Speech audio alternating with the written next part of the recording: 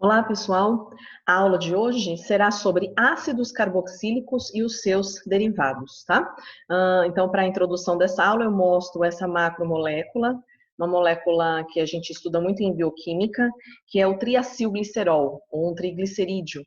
E ela vem de uma ligação entre o glicerol e os ácidos graxos.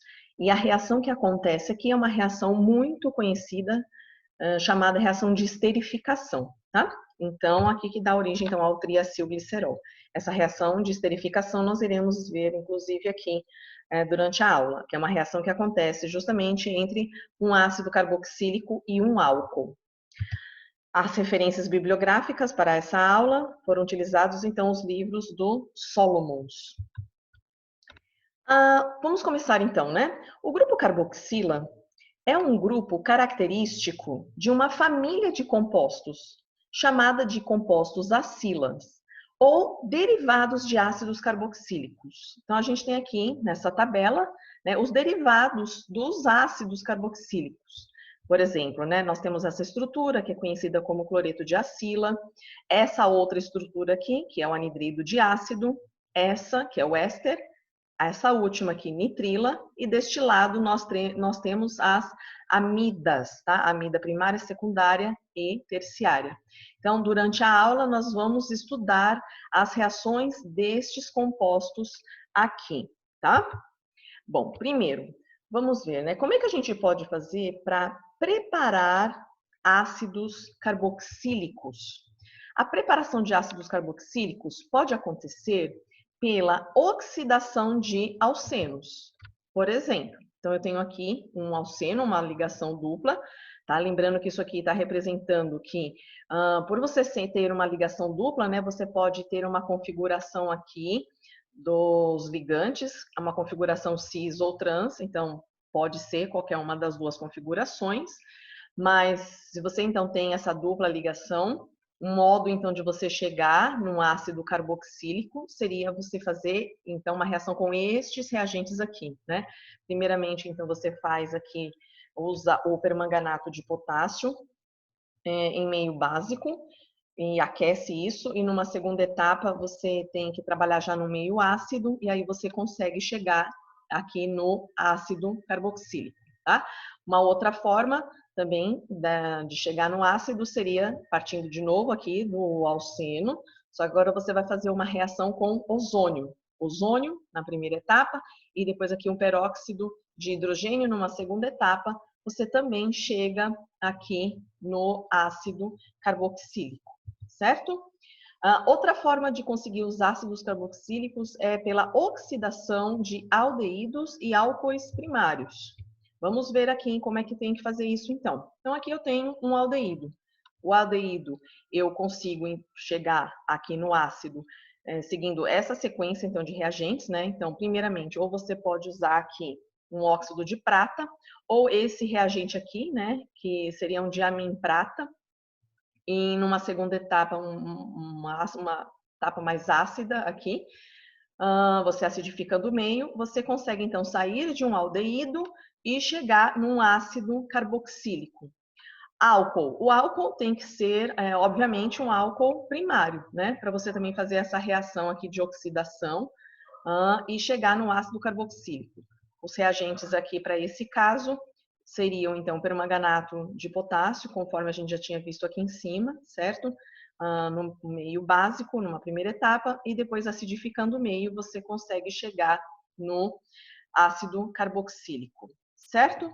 Bom, uma outra etapa aqui, uma outra reação é, você partir tanto de aldeído quanto de álcool e você usar esse reagente aqui, que é o ácido crômico, você também faz essa oxidação e chega em ácido carboxílico. Outra forma seria pela oxidação de alquilbenzenos. Vamos ver como isso seria. Então, aqui eu tenho o anel e a reação que eu vou mostrar, ela vai sofrer, então, aqui, tá? No radical R. Com as condições que nós já vimos, já discutimos anteriormente. Então, eu faço a oxidação deste grupo R e chego aqui em um ácido carboxílico aqui agora acoplado aqui a um anel, tá? Agora, vamos prestar atenção aqui. A outra forma é pela oxidação do anel benzeno. Por exemplo, então vamos reparar aqui. Então, aqui eu já tenho um grupo R e eu vou fazer a oxidação no anel. Essa oxidação do anel, eu usaria aqui numa primeira etapa o ozônio, certo? Aí aqui eu uso esse ácido etanóico e numa segunda etapa, peróxido de hidrogênio, você chega nessa oxidação e faz a oxidação agora do anel. E agora, a gente vai estudar as reações desses ácidos carboxílicos e dos seus derivados, certo? Primeiro, vamos ver aqui como que seria um mecanismo aqui para essa reação. A gente vai falar aqui de uma adição nucleofílica seguida de uma eliminação no carbono acíclico, tá? As reações de ácidos carboxílicos e os seus derivados são caracterizadas por uma adição nucleofílica seguida de eliminação. Como que acontece isso? Dá uma olhadinha aqui então no mecanismo. Você tem aqui o seu composto acila, certo? E você tem o nucleófilo. O nucleófilo, ele vem, ataca com seu par de elétrons nesse carbono. Lembrando aqui que, primeiramente, isso daqui ele tem uma conformação trigonal plana. Quando ocorre esse ataque, você passa por um intermediário tetraédrico, certo? E aí acaba acontecendo um rearranjo aqui, esse hidrogênio vem para próximo do grupo abandonador, que aqui está representado como L, e em seguida, obviamente, esse grupo aqui sai, que é a eliminação, e você aqui regenera o grupo carbonila, certo? Bom, vamos lá.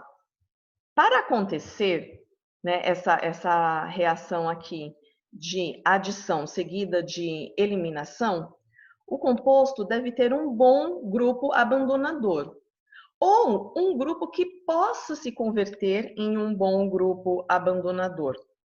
Por exemplo, vamos ver aqui como que cada um reagiria, né? Dentro daquela tabela que já foi mostrada para vocês. Os cloretos de acila, por exemplo, eles reagem e eles irão perder aí o íon cloreto. Já os anidridos, eles vão reagir e vão perder o íon carboxilato. Ésteres, ácidos carboxílicos e amidas geralmente reagem com a perda do grupo abandonador álcool, água e amina, respectivamente. E aldeídos e cetonas? Aldeídos e cetonas não podem reagir por esse mecanismo, pois eles não possuem um bom grupo abandonador, certo? Vamos ver como que seria a reatividade relativa desses compostos acilas.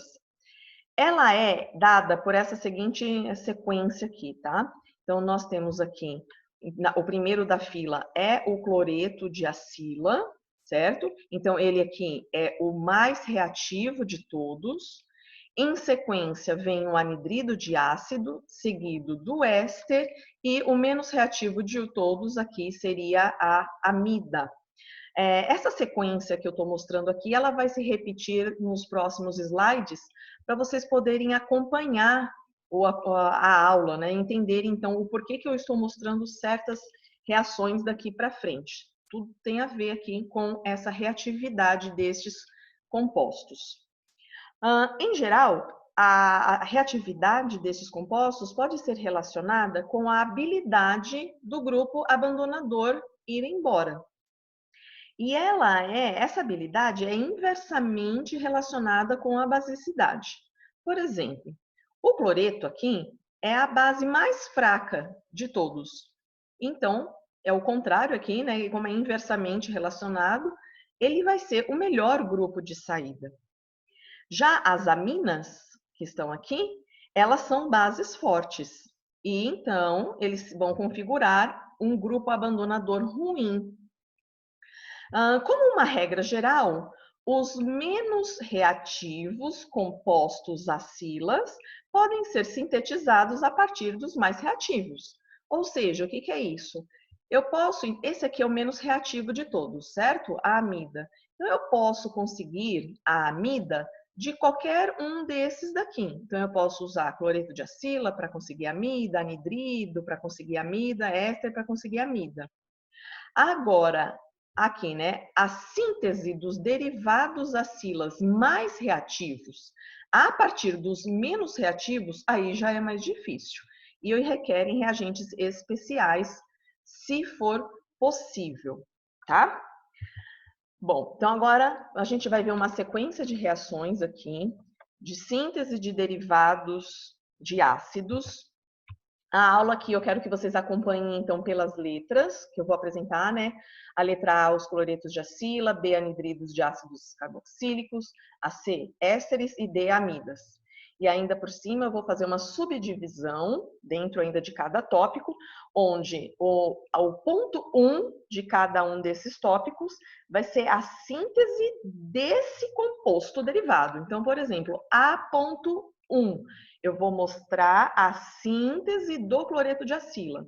Já o subitem ponto 2 é a reação com esse composto. Então, por exemplo, o A.2 vão ser as reações com os cloretos de acila, tá? Então, a gente vai seguir aí esse raciocínio daqui para frente. Por exemplo, então vamos começar. Letra A, cloretos de acila.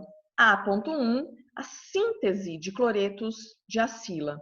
Bom, como a gente já tinha visto lá naquela sequência que eu mostrei para vocês, os cloretos de acila, eles são os derivados mais reativos, né? Então, eu não consigo sintetizar ele partindo dos outros.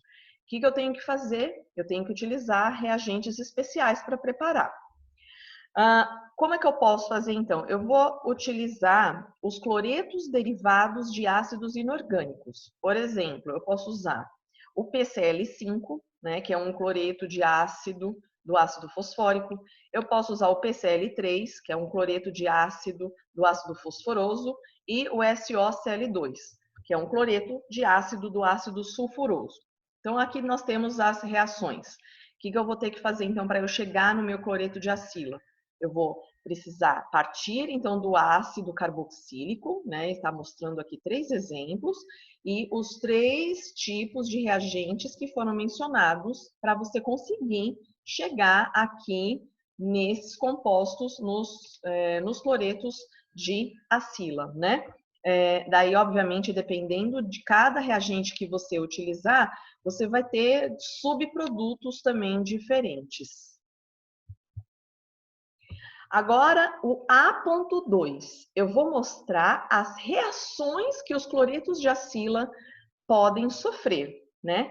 Mostrando então aqui a sequência que a gente já tinha visto, como esses daqui eles são os mais reativos, né? Então aqui eu vou conseguir mostrar que a partir dele eu consigo chegar em todos os outros, né? Que está sendo mostrado aqui.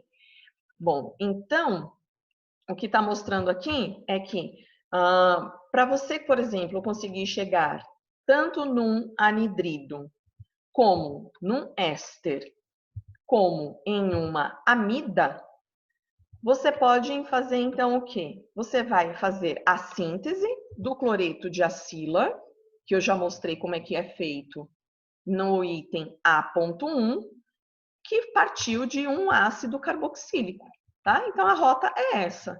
Você pega o ácido carboxílico, usa um daqueles daqueles reagentes que já foi mostrado, chega no cloreto de acila, e aí você tem diferentes rotas aqui. Tá? Essas rotas aqui eu estou mostrando nesse slide, mas vocês vão ver que essas reações vão se repetir ao longo aí da aula, novamente, tá bom? Mas então aqui, né, rapidamente, se você quer partir de um cloreto de acila e chega num anidrido, você vai usar aqui um reagente que tem esse carboxilato, né, um sal orgânico. Se você quer chegar num éster, você vai ter que fazer a reação com álcool. E se você quer chegar em uma amida, você vai ter que partir aqui de uma amina.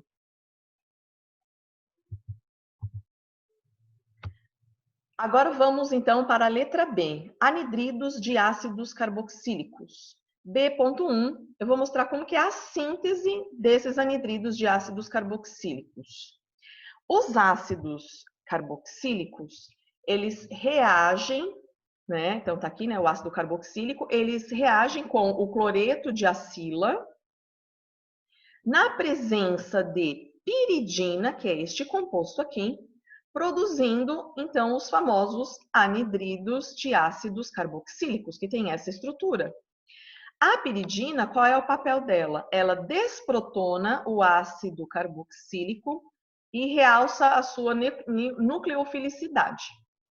O método pode ser utilizado para preparar tanto anidridos mistos, onde os dois grupos R aqui serão diferentes, ou anidridos simétricos, onde esses dois grupos serão iguais.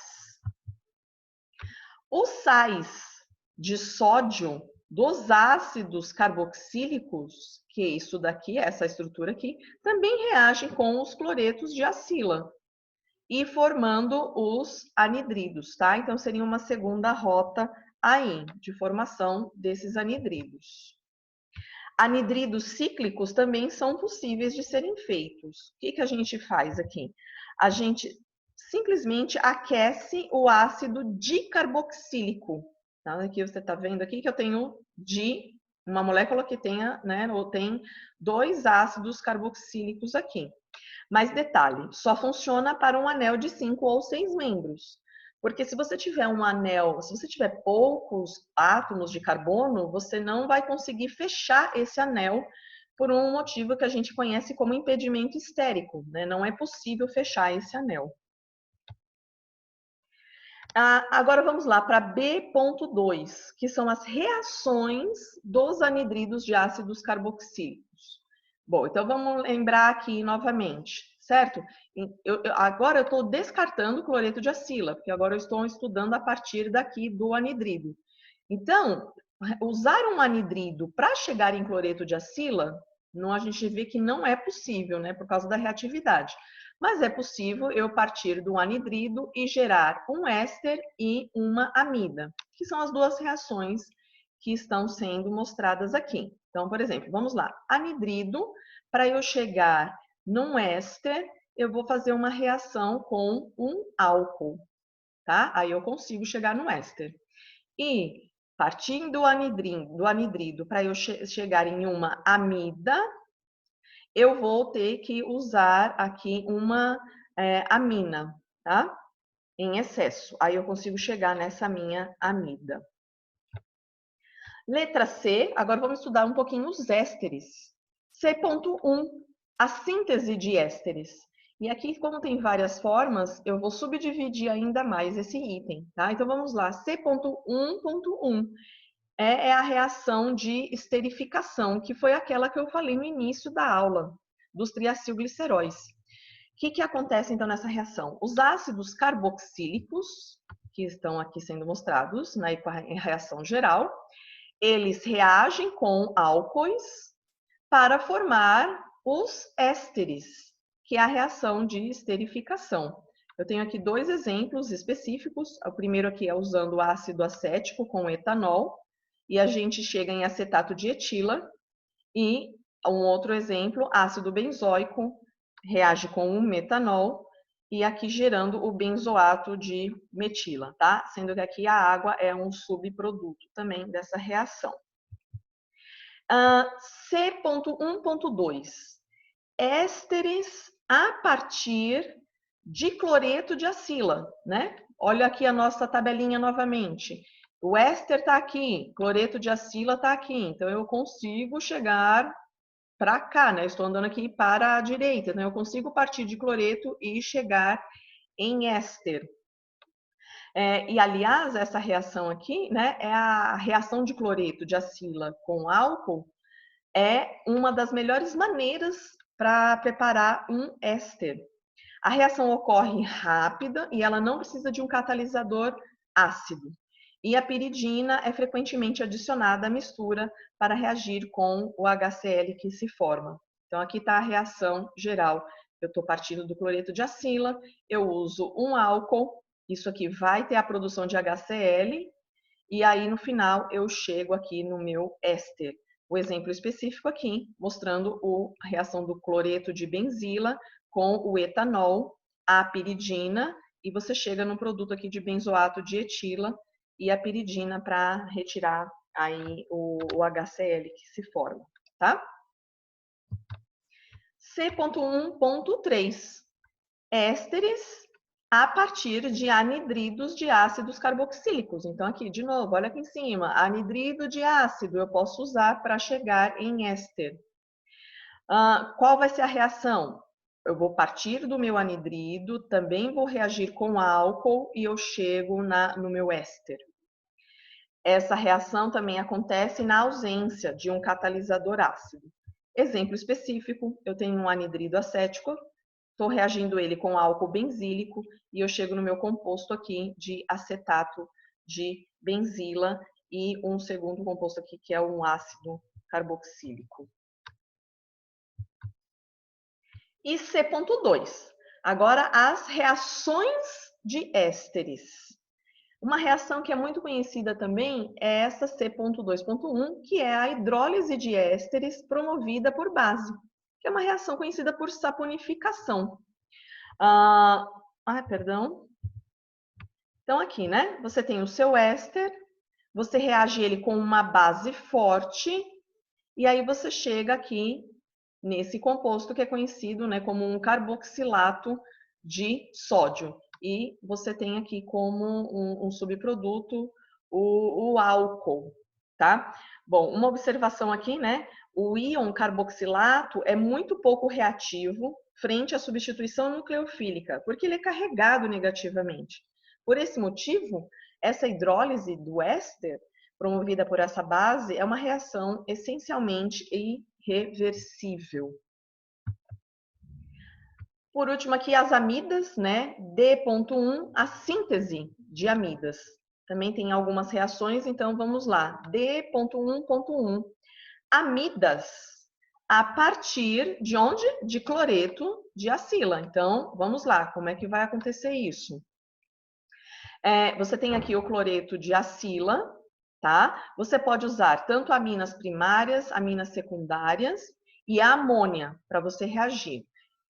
Todas elas vão reagir muito rapidamente e vão chegar na amida, tá? O que geralmente a gente faz também é empregar um excesso de amônia ou de amina para neutralizar o ácido clorídrico formado na reação.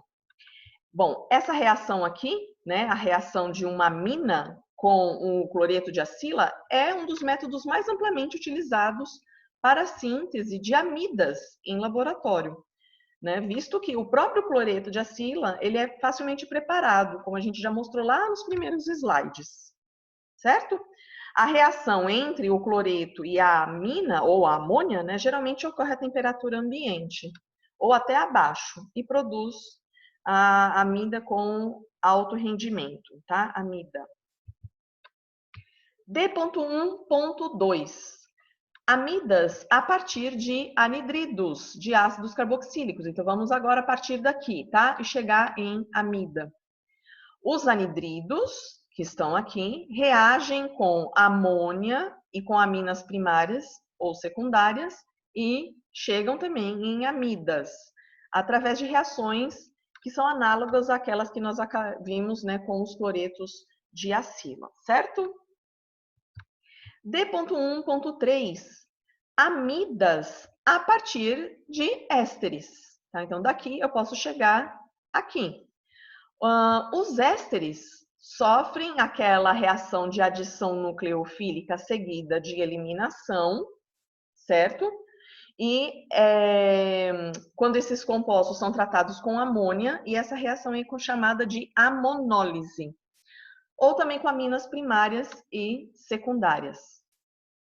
Essas reações ocorrem bem mais lentamente do que aquelas com cloretos de acila e anidridos. Mas por que isso? Porque a gente já viu que aqui tem uma escala, né, de reatividade. Esses dois compostos aqui, principalmente cloreto de acila, eles são muito mais reativos. Então, obviamente, essas reações aqui, elas são mais rápidas, né? Agora, comparando o éster com a amida, a reatividade já não é tão grande. Então, obviamente, a reação acontece mais lentamente. D.2.1, a hidrólise aqui nós vamos ver então agora as reações de amidas, né? A primeira delas se chama hidrólise de amidas. As amidas sofrem hidrólise quando são aquecidas com solução aquosa, tanto de um ácido, que é esse primeiro exemplo, de hidrólise ácida, ou uma base, que é esse segundo exemplo aqui, certo? Obviamente, os produtos que você chega aqui são um pouquinho diferentes. Se você faz uma hidrólise ácida, você chega num ácido carboxílico e amônio. Se você faz uma hidrólise básica, você chega aqui no sal, né? Carboxilato de sódio, que eu estou mostrando aqui, e você chega em amônia como um subproduto, certo? E aqui mais uma informação. As amidas N-substituídas e as amidas NN dissubstituídas também sofrem hidrólise em meio aquoso, ácido ou básico. A hidrólise de uma amida, por qualquer dos métodos, ocorre mais lentamente do que a hidrólise correspondente de um éster. Por isso, as hidrólises das amidas geralmente necessitam de condições mais drásticas, envolvendo aquecimento e a presença de um ácido ou de uma base forte. Tá? Por que tudo isso? Também nós já discutimos. Porque daquela escala de reatividade, as amidas estão lá por último, são as menos reativas destes compostos. Certo?